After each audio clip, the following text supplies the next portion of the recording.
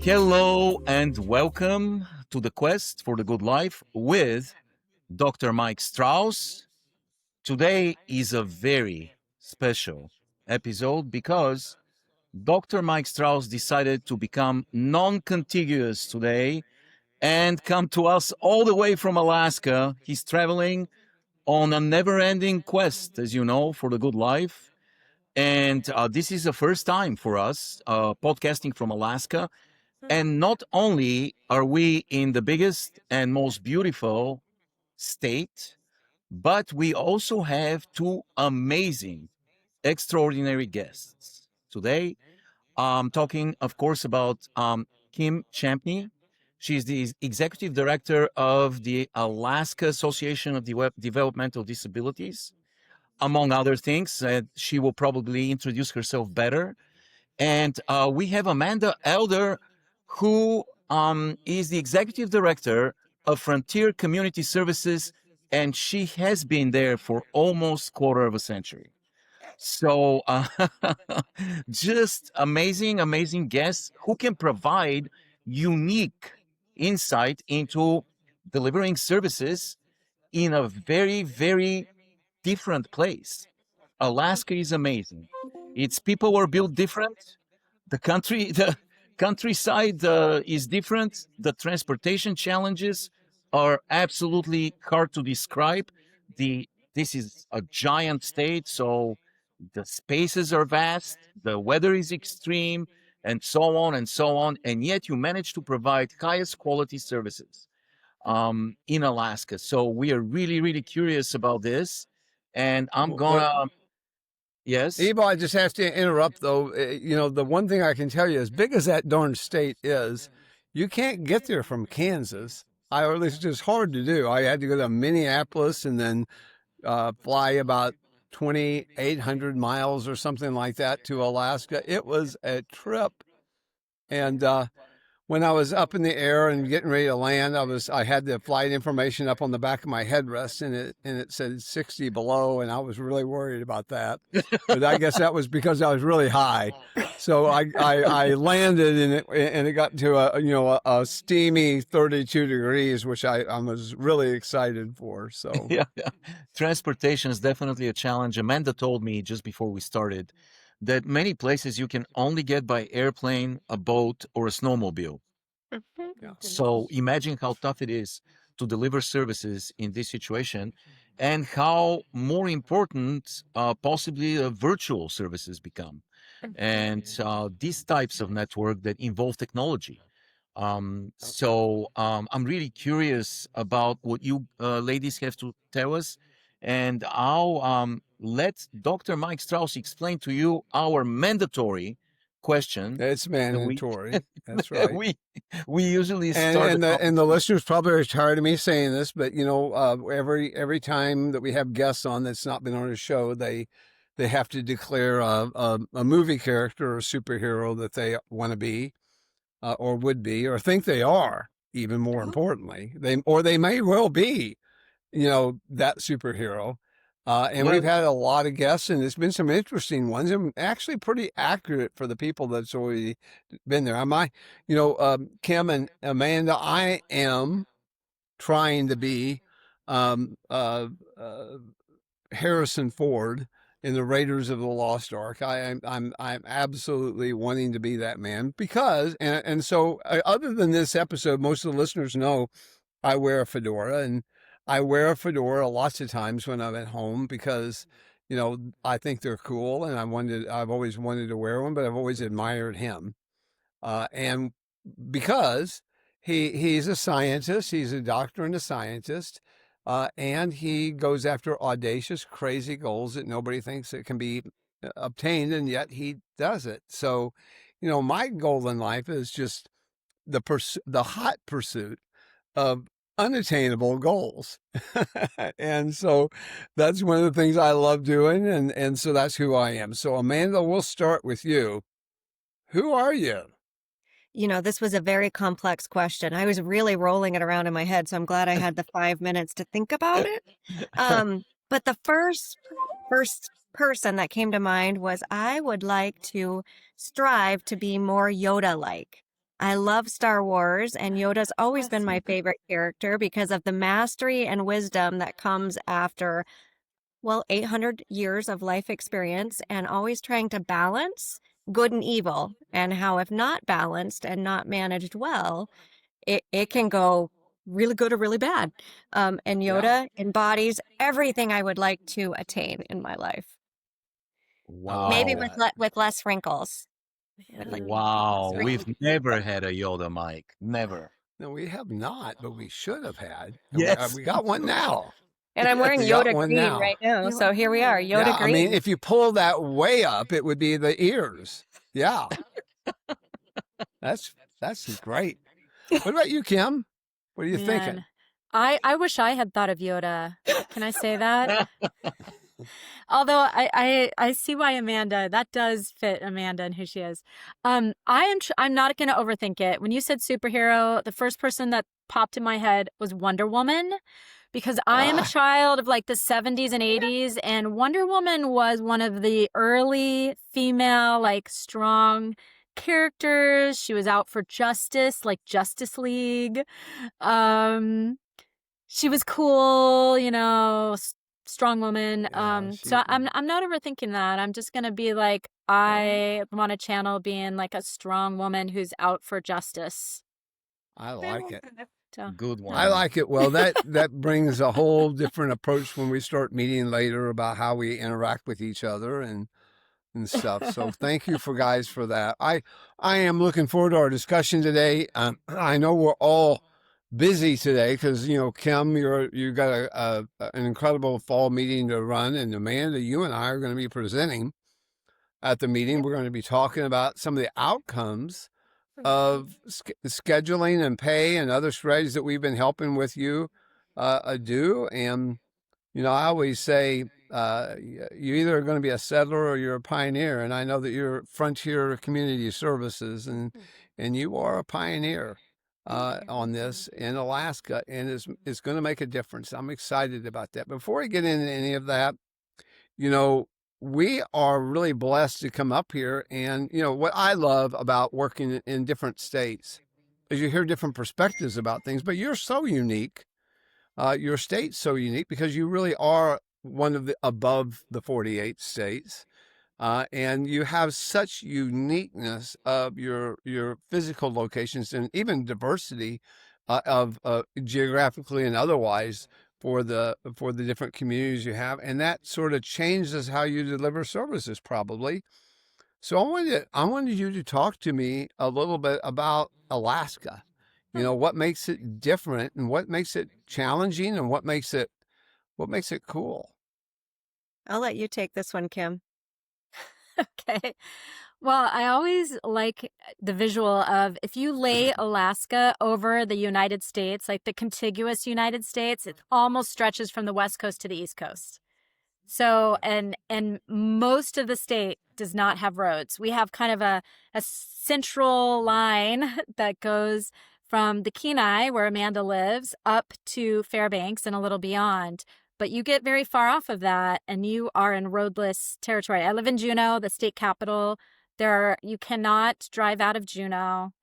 And many people may have seen on the national news this week, we had devastating floods in western Alaska. I mean, that is 1,000 miles from Juneau, basically. Like, that is so far.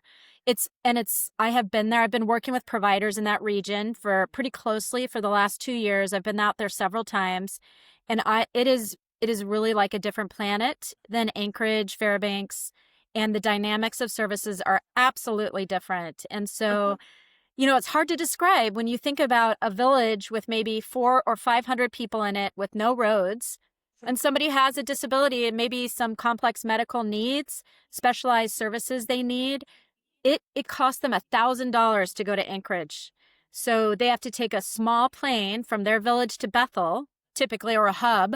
If they're out in Norton Sound, it'll be Nome, or Northwest Arctic, it'll be Kotzebue. So you take a short plane ride to your hub, and then from the hub, you fly to Anchorage. And sometimes if you need to go to Seattle, it's another 2.5-hour flight down to Seattle, which is another $500 to $600.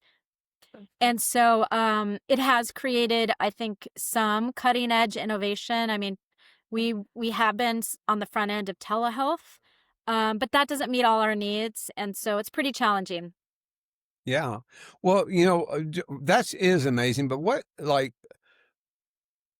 are the major care centers, healthcare centers then in Alaska? Are there multiple ones, or are there really just a few? I mean, areas where you would go if you needed significant help. There's just a few. You think about the villages where a lot of folks live, it's just a health center. Oftentimes there's Mhm. not even a nurse or doctor on staff. They travel in periodically. I used to work as a traveling developmental specialist, so I'd fly down with an OT, PT speech, and that's the only way we could deliver services to our youngest individuals, birth to 3, that might need specialty care. But it is not accessible really outside of that road system. If you're on that road system going from Kenai halfway up the state, you might have access to medical specialists. But even then, if it's with any degree of complexity, you fly out to Seattle. Wow. And I would think, and I want to talk later about, the distinction of day and night, because in the lower 48, you really just don't have an appreciation with what that means.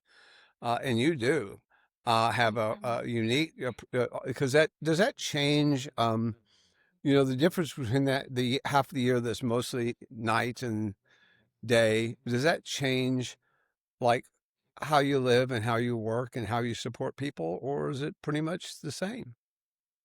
So different. I mean, I think Amanda could talk to you, but just consider if you're doing rehabilitation, community-based services, maybe for school children, and it's pitch dark and cold the minute a child walks out of school, you're not going to go play at a park for like 6 Yeah. months. And so Right. there's a lot of challenge in community inclusion in the winter. And Amanda could probably talk as a provider more about that. Yeah, it definitely gets more complex. And if you look at data around our state, we are higher in child abuse, higher in domestic violence, higher in alcoholism. So the winter really does affect us as humans, our just having to live in the darkness. And then our small rural communities are so far removed from just community events. I think in Kenai we have more things we could go. We could go to the hockey rink. We could go to some indoor activities. But if you're in a small village, accessing community activities gets more and more challenging. And then if you have to have any adaptive equipment, it is just not made for ice and snow. Like I am traveling with someone right now, mobility scooter, and I'm like, please don't snow, because I feel like we would need to adapt and put chains on her wheels to if we would get stuck. Yeah. Wow. Yeah. I mean, there is a lot of challenges. I think in Kansas as an example, I know, not to really draw any parallels, but I came from southern Missouri and the Ozarks, which is very small little towns. In fact, I grew up in a town of about 250 people. It was close to a larger town. And then in Kansas, there's just a lot of rural towns combined with urban towns. There's very a dichotomous arrangement. But the small towns in Missouri and the small towns in Kansas have this in common: is they didn't have health care. They had visiting health professionals. Sometimes they Yeah. had a general practitioner, but if you needed any kind of specialist services, they'd be coming in once or twice a month to visit.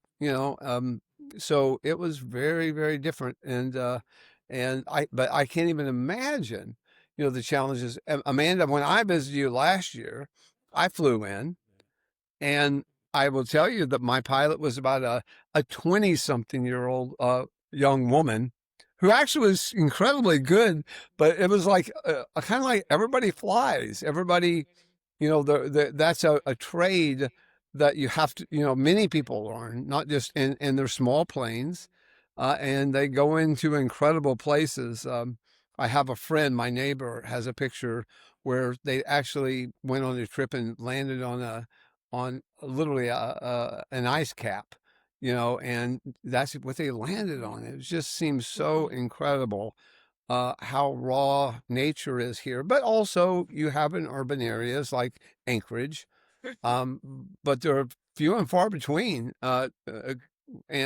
what I loved about your place, Amanda, how big is your town? Well, it's a mix up of 6 smaller communities, but about 20,000 people in this central Kenai Oh, Peninsula area. okay, and separated by the space, are they? Yeah, Yeah. Yeah, they're separated by about, I don't know, 10 to 15 miles between each little community hub. right. So everyone Oh, is, it's not densely concentrated. You're spread out. People like their space. yeah. Well, that's what I came away with, and if you know, of course, Evo knows, and you guys know that I do a lot of neighborhood care, and we are expanding our services to be really, I call it silo free.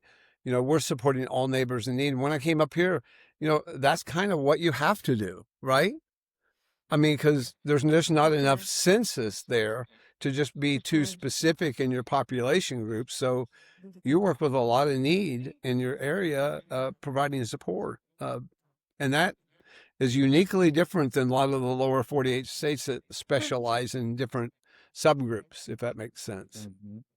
Mike, remember we talked about Alaska maybe 2 months ago when we were discussing neighborhood networks, and we were discussing Whittier, Alaska, where the entire town lives under one roof, Right.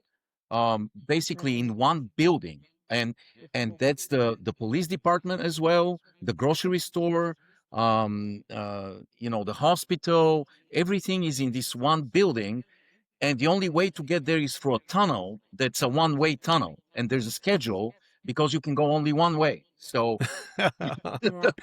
Right. and I just love the diversity of it. It's not just diversity of people, but it's just diversity of ecosystems yeah. on that. And you have to be resourceful. I'm sure Kim, holding an association of providers together has to be a pretty diverse group, or what would you say? Oh, absolutely. When you have, when you have Northwest Arctic communities that are completely different in so many ways from Anchorage-based hubs, that's a diverse association. Even, what are the priorities are very different for those different entities. So it is challenging to find the things that bring us together. And there are things that bring us together, but I try to also be relevant to the diversity of providers. Mm-hmm. Are they? I also comment about like the size of providers. Are they of a full range of size in your association, or their? Oh, yeah. I think probably in comparative to other state associations, most of our providers are on the smaller end because we're a more rural state. So we have a large provider in Alaska would probably be a small provider in some states, right, Amanda? Like Frontier is one of the larger providers in our association. I mean, we have a couple of very large providers. We have like 2 multi-state providers. And then we have a lot of very small, like 1 group home or maybe 2 group homes and a handful of, day hub services. Quite a few of those. And there are very Go ahead, Oh, Emily. I was just going to say interrupt. too, depending on when the provider agency was established, Frontier was established in the early 1980s. So since our community was small and we were nonprofit, we didn't just dabble in disability services. We got grants to cover any spectrum of care you might need. So Frontier, while we seem large on the residential side, we're fairly small, but we just dabble in supported employment and we dabble in behavioral health and adult senior care. So we just, by default, being the only provider in our community, we just are very diverse, which is complicated too to be an association, because Frontier is actually in 3 associations. Really? With adult and children disability services, just 1. So you guys, I know that by trade at least, I'm 40 years in my profession as CEO of Good Life this year, but I'm also a little longer than that as a behavioral analyst at the University of Kansas Department of Applied Behavioral Science. I'm still a faculty there, and I love my history, and we have lots of people from there work with us. So we have a lot of people who, if we need somebody to provide behavioral search, they're available there. Professionals, connecting professionals to need probably is more challenging in Alaska, or not, or very challenging. Very challenging. Very Yeah. challenging. Yeah. And I have to say, we get a little bitter when people, sit across the screen from us and tell us how we can handle someone who wants to punch us in the throat differently. I mean, we really crave to have the professional come on site and do some real coaching and teaching with us, because Yeah. theory only goes so far. When the rubber hits the road, that's when we need Yeah. you, which is 2 a.m. on a Saturday sometimes. And Mhm. those You need help exactly when you need help. Yeah. Mhm. The other uniqueness about it, I kind of want to dive into a little bit though, is I happen to know that and maybe it ebbs and flows with the seasons, but one of the most amazing things about Alaska is your tourist trade. We love, from the lower 48s, probably we love to come on the ships to visit your ports. There's a beautiful train that can make trips, and there's so many things on the tourist industry that kind of goes into the summer season. There's a lot probably of professional trades in fishing and other things and other kinds of supports that go through the I'll call it the work season that follows the sun a little bit. And then you have the other part of the year, and I can only imagine that that's hard on labor availability. Is that true? Well, it's Yeah, I, I don't think I it's so much tourism. I think it's more our oil industry. I mean, mm, professional, not people right out of high school can go into the oil field and make really good money working shifts, 2 weeks on, 2 weeks off, 3 weeks out, 1 week home. It's Mm-hmm. really what we compete is against the oil. well, and I was going to say, Amanda, I also think it depends on where you live, Oh, yeah. because I know in Southeast Alaska, where those many of those ships are, there's not staff sometimes in the summer, right? Staff go take those tourism jobs, and then they are looking for things in the winter. I mean, it kind of Mm-hmm. varies. We always, when I was working for a provider, we always struggled in the summer. First of all, kids are out of school and there's more service needs, but the staff, if you can make a couple dollars more doing a whale watching tour, you're going to go out and do that versus disability Exactly. services. And then maybe they're available starting in October once the tourism season ends. I think further north, it probably is maybe more of an oil draw. In Juneau, we have a little bit of competing with mining, which does pay more, has better benefits. So it kind of depends on where you live. I think out in some areas of Alaska, people in the summer might be doing their hunting and fishing, commercial fishing. So they are not going to be providing services, Yep. wanting to work in services, but they need a winter job. So it's really different It's around the state. it's all of that. It's just all the different little territories and ecosystems that have Mm-hmm. different problems and different challenges here. But some of them are this. It seems the same across all of them. Just Mm-hmm. access to some things. But at the same time, I talked to some of your providers, Kim, that had that tourism issue. The ship came Mm-hmm. straight into their place, and they said when the ship comes in, everybody that works there goes out. Mm-hmm. And I can see that. And then you get a place like Amanda. I think you're not as tourist focused, maybe, but you have other pressures and other things Yeah. too. It's Plus, a you narrow, don't have anything, you're not connected to anything. yeah, it's the fishing season. Like we get do more of Mm-hmm. the fishing Mhm. on the Kenai for sure. Yeah. But where we're seeing it is in housing, because our housing becomes seasonal with the tourists. So Totally. they Yeah. will rent out, you can't get a year-round rental, which is challenging for our employees and for the people we support. And like I said, the oil industry is a big draw. I have my master's degree and I've been working for a while, but my son, right out of high school, didn't even graduate. His first year as an 18-year-old employee made more than I did. I Yeah. mean, I get money it. in oil is just, it's It's tough. just And then such an yeah, and then economy. if your partner does that shift work, then by default, your wife has to stay home with the kids. So even, that pulling in caregivers that are women, which is typically our biggest, they will only want to work week on, week off as well to mirror their husband's schedule. And so as I studied it's just fascinating to me is with all these challenges, you have some of the most challenging labor laws in the country too. I mean, Oh, I didn't know that. what I found, I've worked in 20 states, and I would tell you some that are very challenging. California, I always thought there can't be another state that has as many challenging labor laws as California does.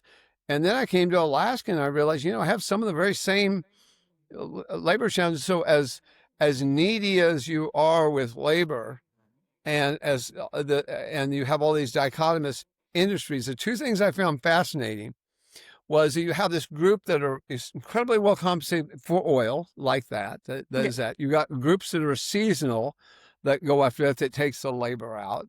And then you have all of these specialized industries, usually are related to, the natural things like, fishing and crabs and things like that, where they're exempt from the labor laws even, so it's just this incredible diversity of things that make things challenging. And I think the measurement of that is that when I came and did, I think I went with 5 agencies and did some fact finding. I would say it was very common that you kind of have 2 types of services in IDD on the residential side. You got what I call continuous care services. And I always laugh because you both have always said, yeah, we have group homes. And I said, well, how big are they? And then you tell me, well, there's like 1 or 2 people in the group home. And it's like, well, that doesn't sound like a group home to me, by any stretch of the imagination. But whatever you call them, they're 24/7 sort of support homes. And then you have what I call fractional care homes, which are these homes that they're in the community. They may receive 4 or 5 or 20 hours a week or more, but they're living on their own in the community. So they don't get continuous service. They get fractional services around their needs. And then I found out that, and talking with multiple agencies, that you're averaging about really actually delivering maybe 50% of the authorized units for fractional care. So you might be authorized for 40 units of authorized care, but you're only delivering 20. And that, is a real, it is a barometer of all these challenges. Plus, that is really fueling, a need for, thinking outside the box. I would just put it in that category of thing. So I am fascinated because anytime you go into settings like this, I love, because you learn so much, because people are so resourceful and they have so many interesting ideas and fixes and sort of MacGyvering real, what may come as real solutions and stuff. To throw that as an example, probably my greatest hero in life was a person named Todd Risley. I know I've talked to you guys about Todd, and I think Kim was wonderful enough to show me Risley Mountain. But Todd was a giant. I mean, literal, figurative, and real giant in the world of behavioral services internationally. And he came to Kansas and spent most of his career in Kansas, but he's from Alaska. And his family has a mountain called Risley Mountain. It literally says that on the map. I've seen it. He's no longer with us. But he and a guy by the name of Mike Rimfo, who was a commissioner at the time, worked together. And I remember literally before we did, and we started in 1999. And before that, he authored books and other things about providing individualized services before we really called them that. And he would talk about he called it Get a Life. That was the name of his writing. And Todd created what really became shared living or host homes or whatever you want to call, that industry, which we really believe heavily in. so it was a thing in Alaska for a long time, and partly the reason it was such an important thing was it was a great way of partnering with people in these crazy, challenging areas to deliver, meaningful services where people had, what is in Alaska a typical life, you know, and so it was a pretty big thing for a while. I think it's ebbed and flowed now, and it's not quite what it once was. I'm kind of curious, what became of what we now you might call a host home. We call it at Good Life a professional family home or natural families. And I'll throw one last caveat. I'm going to state after state after state, and because of our inability to deliver care as a nation, we're not able to deliver the authorized hours. 50% of all the hours are left on the table. And that's not in Alaska. That's pretty much everywhere. And because of that, we've been hiring families to deliver care across the nation. It's probably the number one growing service where we're basically not engaging providers. We're just paying families to deliver care to themselves. Yeah. What's happening with that in Alaska? Because there obviously is a need for, solving the problem of capacity. Do you want to go first, Amanda, or do you I'll want me let to? you. I have Okay. I have a huge opinion on this, so I'll let Kim Yeah. give the neutral. So, Mike Renfro is a iconic figure, I think, in our disability service system. We were better 20 years ago than we are today. I hate to say it, but we were. And part of that is an outcome of funding. Over time, our funding has thinned out workforce. And so we are really we're fighting against a medical model. I think some of that is driven by CMS and kind of an over focus on compliance. We are struggling. We have a family, we call it family habilitation model, where people live with families as part of their family and receive supports, but the family is a paid family. And that has been really weakened in the last 5 to 10 years because of some regulation changes that happened. The state is pushing host homes. I feel like we're in this transition, and maybe I think our whole system is in transition a little bit. And you have to hit bottom before you start to build back up.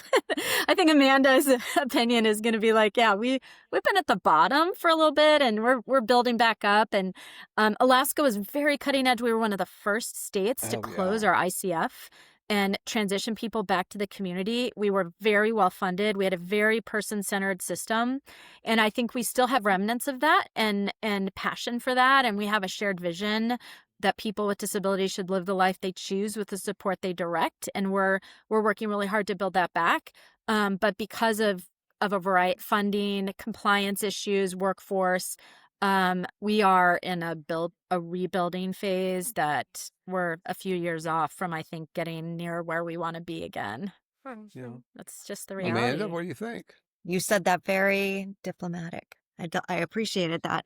I think, you have to have your funding follow what is best practice or best model.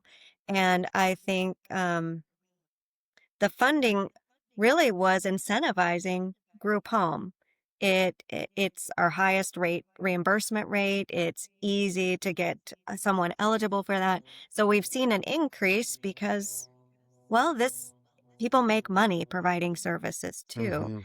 So if we really want to incentivize fractional care and not have families having to provide their own care, we almost need to pay respite providers way more than we would pay a group home provider. So it's just, we still have to there's still money in this system of doing good.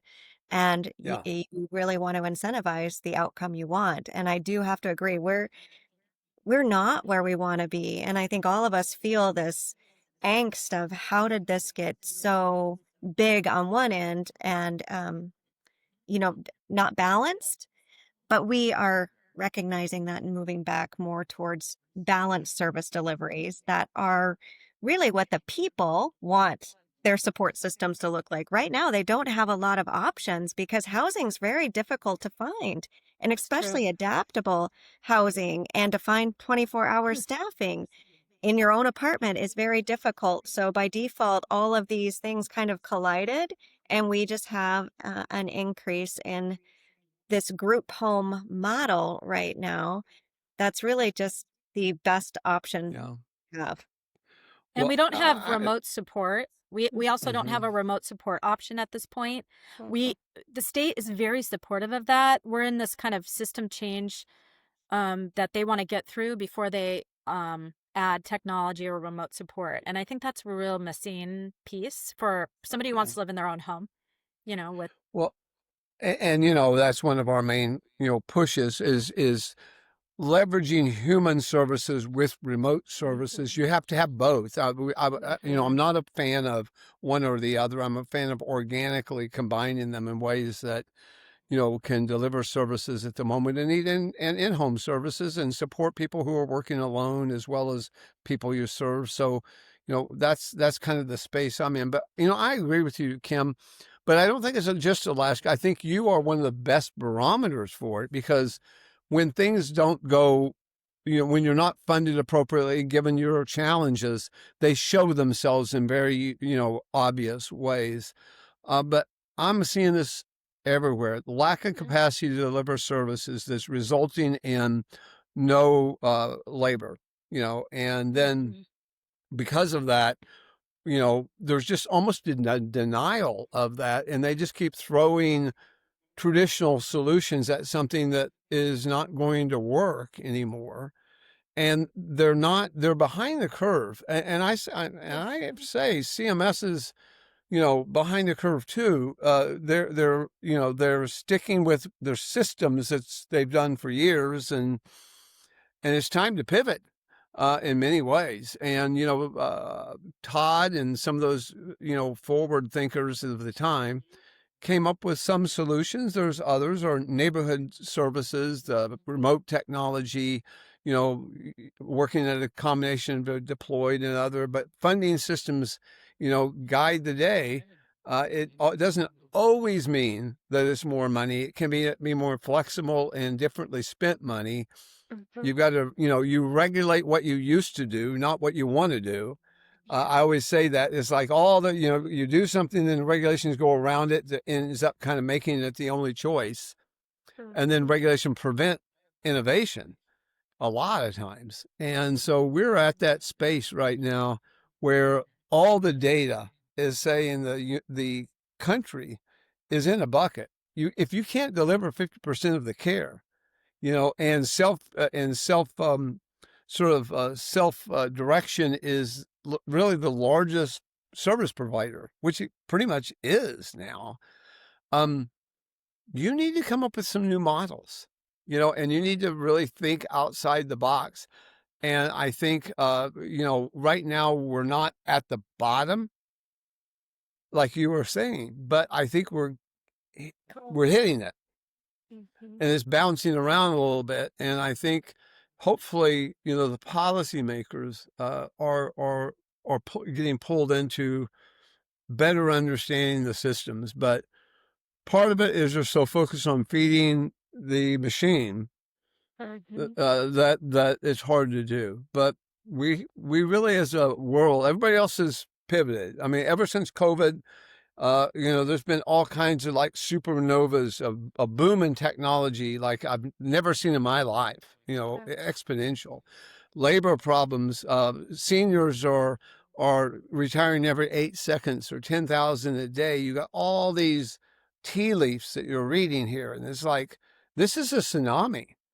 And you can just watch, just bask in the shade of the big wave until it hits, or you can do something about it. And I'm hoping that we're seeing the problem to the extent that we start, engaging.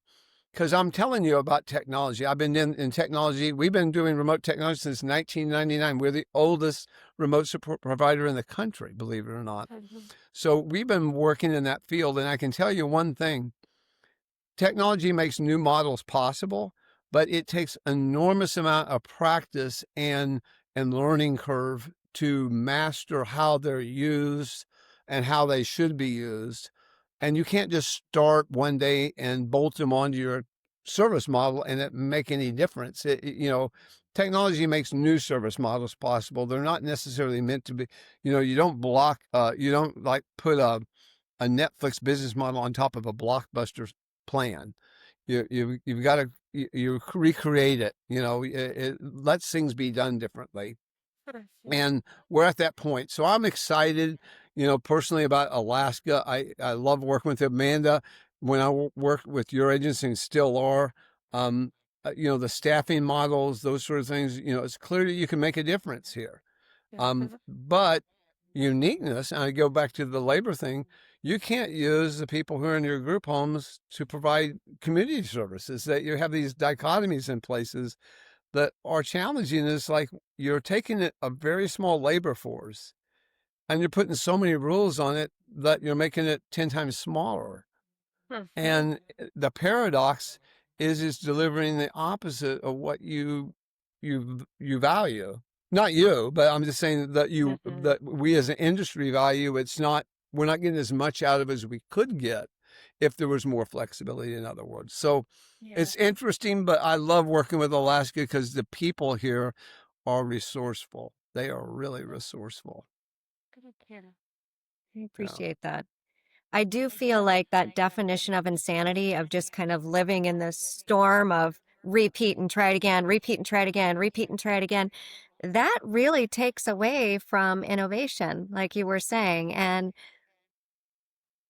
this, at least the model we're going towards with Good Life, gives us an opportunity to breathe and see that we can go in a different direction. And I do feel like Alaska has one of the most flexible, engaged state system that supports us. I've never seen a state with such support that we have. But we can't hit our state with, we need to change everything because it's not working. We have to be very intentional with the methodical about it. So tackling that part of regulation, I mean, that would be something we could drill down on, but I do think it's our responsibility to be intentional with state support we need. And it's not always more money. That's not what we need. People say everybody wants and needs more money. So there's no doubt that more money could help, but sometimes, you just need some great ideas and some flexibility, and some opportunities, to do things differently. And I think I think that Alaska is actually ready for it. When you mentioned that they're getting real supportive of technology, Kim, I can only imagine why they wouldn't be, because of the problems and how things need to be connected. But in all truth, technology has just really come of age. The ability to connect people with broadband is so superior now. The technology is blowing up. I mean, I can't even. I mean, right now we're working on collecting biometric data. We're working on beacon. I mean, the kinds of stuff we're working on right now in iLink. For example, just to let you know, all these consumer products like that have alerts. It could be a medical device, it could be a watch, it could be anything. One challenge is in technology has always been integrating all those consumer products. From a ring to a smartphone to a watch that has a low O2 or a fall sensor or whatever in it. But the one thing we learned not too long ago, it was really exciting, is we could try to integrate all that, but the reality is every one of those things, from a low battery to a fall, have an alert that they generate. If we could intercept these alerts and pull them into our system, we wouldn't have to chase all of this integration. We just accept alerts. And so we're now have developed technology that we're about a few months away from completing that intercepts alerts and turns them into actionable items so that we don't have to do that. But like, we would have never been there a year ago. There's just something since COVID that has exponentially done this. And part of it is just, it's the lives that we're leading now, just like right now, how we interact, how we live our lives, the new normal of us. is so different than the normal of people with intellectual disabilities and what's allowed. And it's interesting because we have to put those two realities together, that we live a very different life than what we're having people live that we think are having normal lives. And they're not normal anymore because they're not joining the in group yet, you know? And it's real clear that you can have everybody sitting here on a meeting virtually. We're in the same hotel, but we're all in different rooms and meeting on this because it's the best way to do it.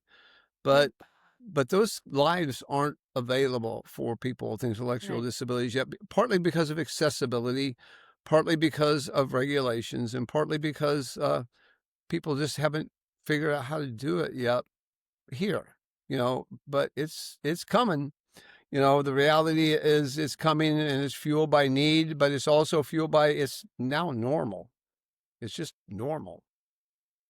So, And our workforce has changed so much as well. So our workforce also shifted after COVID in that they demanded work-life balance. They yeah, demanded it. And if we kept trying to shove them into these 5-day work weeks, inevitably they would just call out one time a week anyways. So it left us scrambling so much as well. So the combination of changing how we deliver physical services combined with technology, I think is where we have to go out of necessity. Not only is it best practice for the people we support and the employees, but we have no option because I have tried to cram them into this old model we used. And it was just an epic fail with a turnover rate yeah, of 64% this last year. Because people yeah. just needed something like we are changing. And boy, they want us to change so stinking fast. So we don't have a Yeah. lot of time to Well, dilly-dally around. Like, and speaking right. about a lot of time, I know that Kim has got another gig to go, and I'm going to let her do that. But I do want to, and Amanda, could you stay for just a minute Sure. beyond that? Sure. I want to talk to you about what you just talked about for a few minutes before we end, and that's going to be about the 3-day work week. Yeah. Kim, I know that you have stayed as long as you can, but you're running a very important meeting here, and you got to get to it. So thank you for joining us, and we appreciate your everything that you do in Alaska and this beautiful state. We really appreciate it. Yeah, Thank thanks. you, I'm Kim. glad you're here. Yeah, Thanks. See you later, care. Kim. All right, bye. bye. So Amanda, you brought it up, so I want to talk to you about it. One of the things that we do up here is we work I call it our low-hanging fruit work, which is we want to improve the quality of the working relationship that you have with your employees. And it's hard to do. But the world has pivoted from 5-day work weeks, to shorter work weeks. Yeah. And we've known that for many years at Good Life, and we've been doing that since 1999, or about 2000, I think, Evo, is when we started first doing that. And you know what came? It came from the hospital industry that really, pushed this forward. But it means a lot. It allows us to be less reliant on part-time. It allows us to deliver more consistent care with the same ratios of care with fewer people. We're able to pay more. We're able to give people on a 3-day work week. I always say I love in that you actually can be off 7 months of the year. Not it's actually 13 days a month and 17 days off. That gives people a lot of work-life balance, fewer trips to work. And, in Alaska, that matters. Fewer trips to work, more time to get your other stuff done. If you have another job or if you have another responsibilities, you're not having to take time off to, of work to just go do your normal things that you have to do. You can do all kinds of stuff with this, but we work very hard with you to pivot from your current staffing pattern to a 3-day work week. And it hasn't been in place long enough for you to fully assess everything, but how's it going? Well, one of the things one of the driving factors was our overtime was through the roof. We are not a huge provider. We are an $8 million provider every year, combined all of those services, and our Right. overtime was $560,000 this last year. And we always kind of budgeted for overtime before COVID, and we were in the $150,000, $200,000 range. We just kind of knew Mhm. overtime was going to happen. But then overtime happened big time after COVID. And not just overtime, but these incentives to get people to work. Yeah. At one point in time, I was offering an additional $20 an hour to our employees to pick up shifts in addition to what their pay was and overtime. And they were saying no. It Yeah. wasn't money driven anymore. You could not pay enough It was money. life balance. They needed the life balance, and Yeah. they were demanding it. And I wanted that for them as well. So one of the things that we did wrong in the beginning was I did the pitch to my staff, and I said, if you pick the 3-day or 4-day, we're not going to call you on your off days to pick up shifts. We're not going to do that. And that really resonated with a lot of people.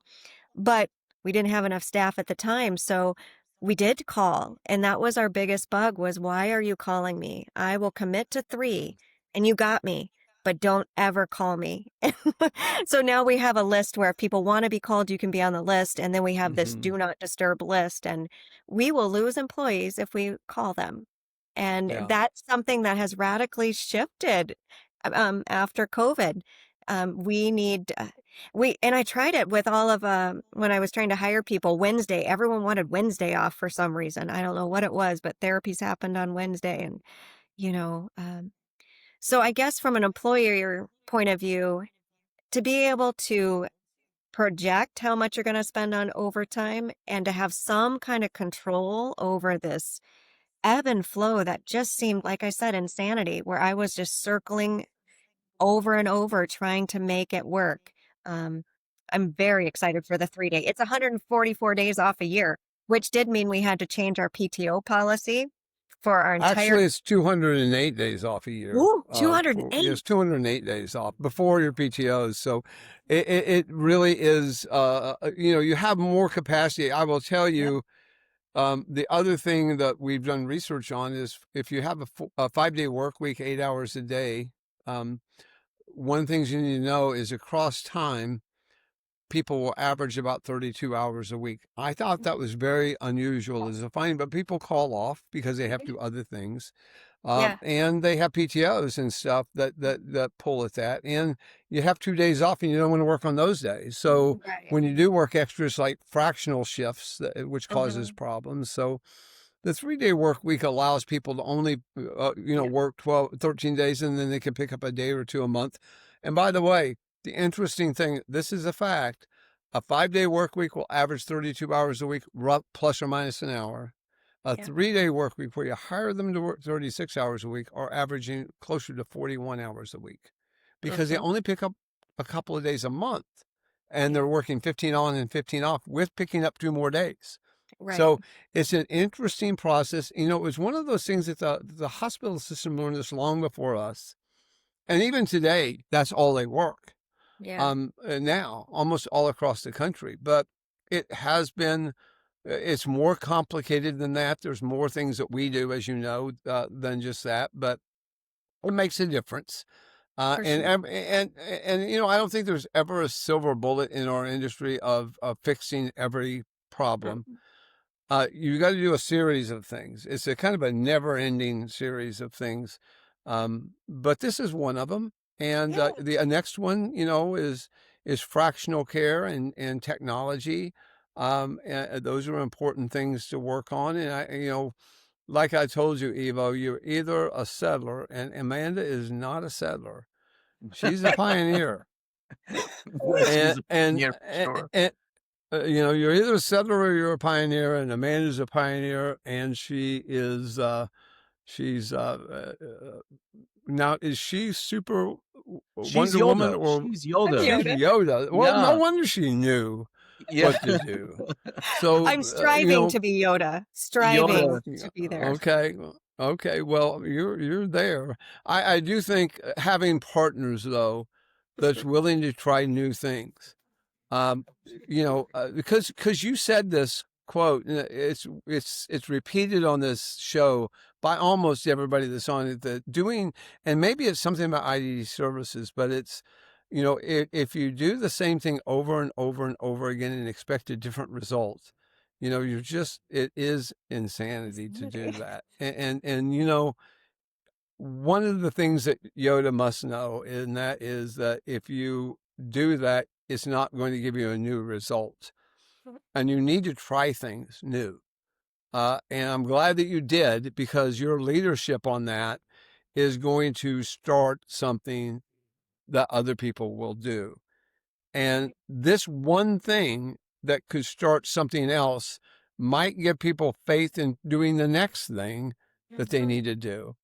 And I kind of think, that you can lobby and go crazy trying to get people to change their minds, or you can demonstrate it, Right. and then they have to deal with it. And that's what you did. And I'm really proud of you for that. And I'm proud that Alaska has somebody like you and an agency like Frontier that can make a difference. And so we're excited about this, but we're even more excited about the next thing that we may or may not do together, whatever that is. But Us too. I think Us too. fractional care is it.